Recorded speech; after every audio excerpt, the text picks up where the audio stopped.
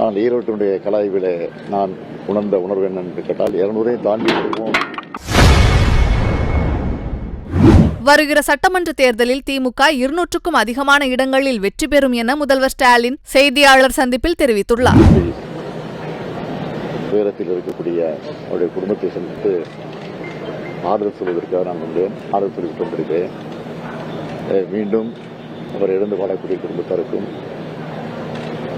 இந்த வட்டாரத்தில் இருக்கக்கூடிய திராவிட முன்னேற்ற கழகத்தினுடைய தோழர்களுக்கு என்னுடைய ஆழ்ந்த இரங்கலை நான் தெரிவித்துக் கொள்கிறேன்.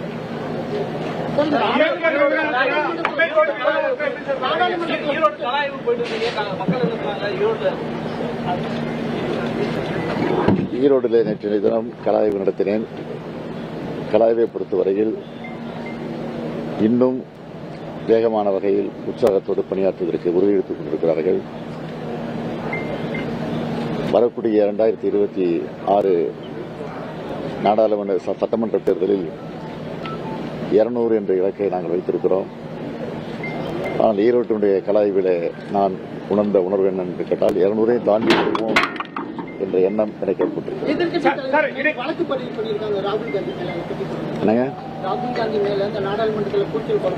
அதை சட்டப்படியாக சந்திப்பார்.